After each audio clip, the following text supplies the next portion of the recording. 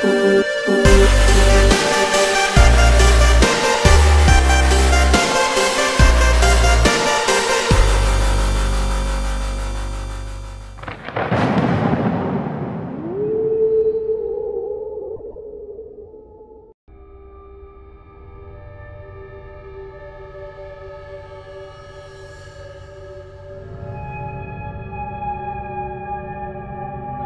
lying in your bed. The dull whirring of the air conditioner is the only thing separating you from total silence. You know that particular silence that's so heavy and so thick, it's almost the equivalent of loud noise itself. The kind of silence where you could hear a pin drop 3 rooms away. The kind of silence that fills your ears with the sound of your own heartbeat as your ears presses against your pillow. That kind of silence.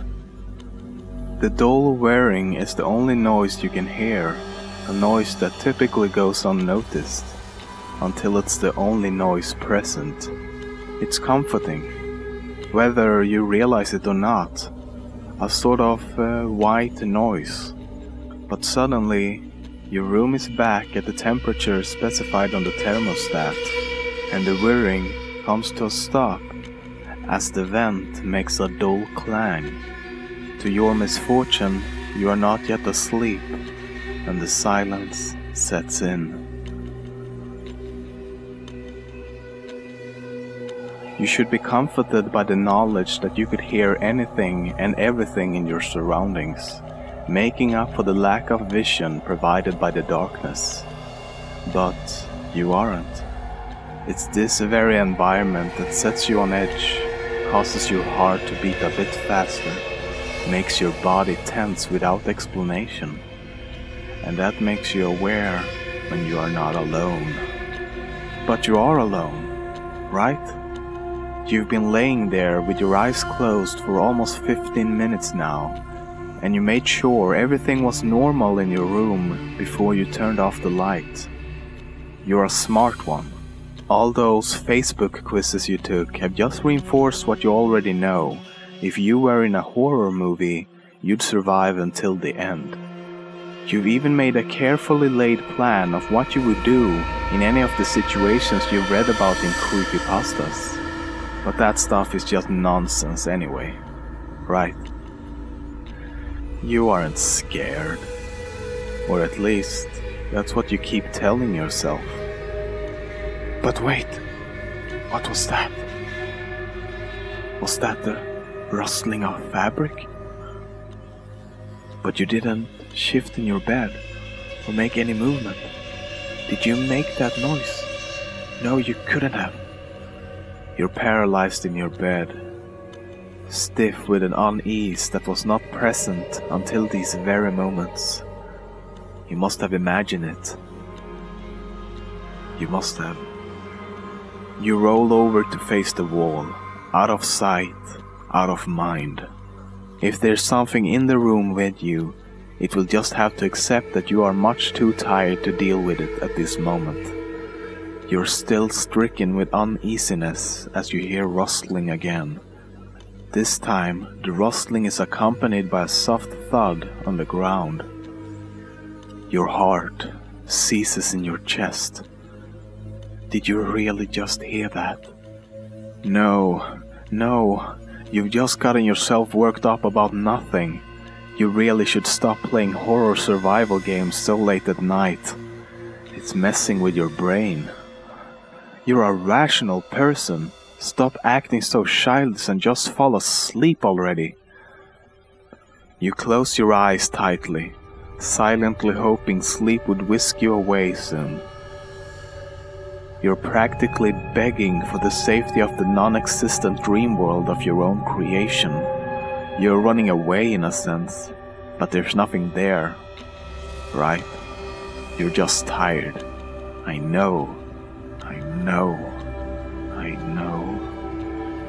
As your eyes are clenched tightly shut, you become aware that no matter how much you want to, you can no longer move your arms and legs.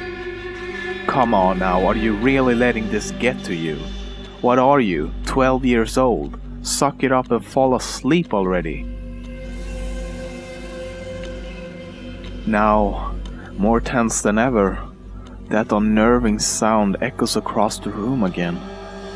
The rustling of fabric, followed by a soft thud on the ground.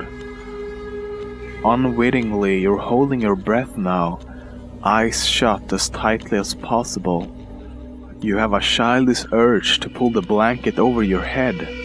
You're imagining it all. It's all in your head. I thought you were better than this. Your heart is pounding loudly in your ears now, but not loud enough to drown out the now repetitive sound approaching you from across the room. What's that rustling? Maybe you left some paper on the ground. That has to be it. And that thumping, probably the cat or the dog or something. They probably ran in when you weren't looking before you closed the door. Yeah, you're just paranoid. The noise is now within a foot of your bed, and with your back to it, you don't dare turn around to investigate. Not that it'd do much good. The only light in your room is the dull glow of your cell phone on the nightstand next to you. You plugged it in before crawling into bed, remember? But you don't dare turn around and look. There's nothing there anyway.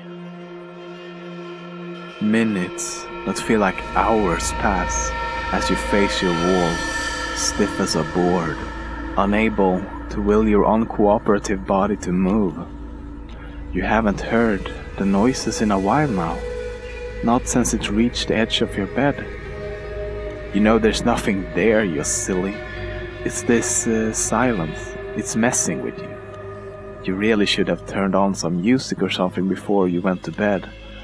Oh well, maybe next time. Suddenly, a familiar clang echoes through the room, followed by that familiar whirring. You exhale deeply, your body relaxing as you're flooded with relief. Thank God that's over. Now you can finally sleep in peace. That silence was really getting to you. You roll over and open your eyes to check the time on your lit cell phone. It must have been at least an hour since you first went to...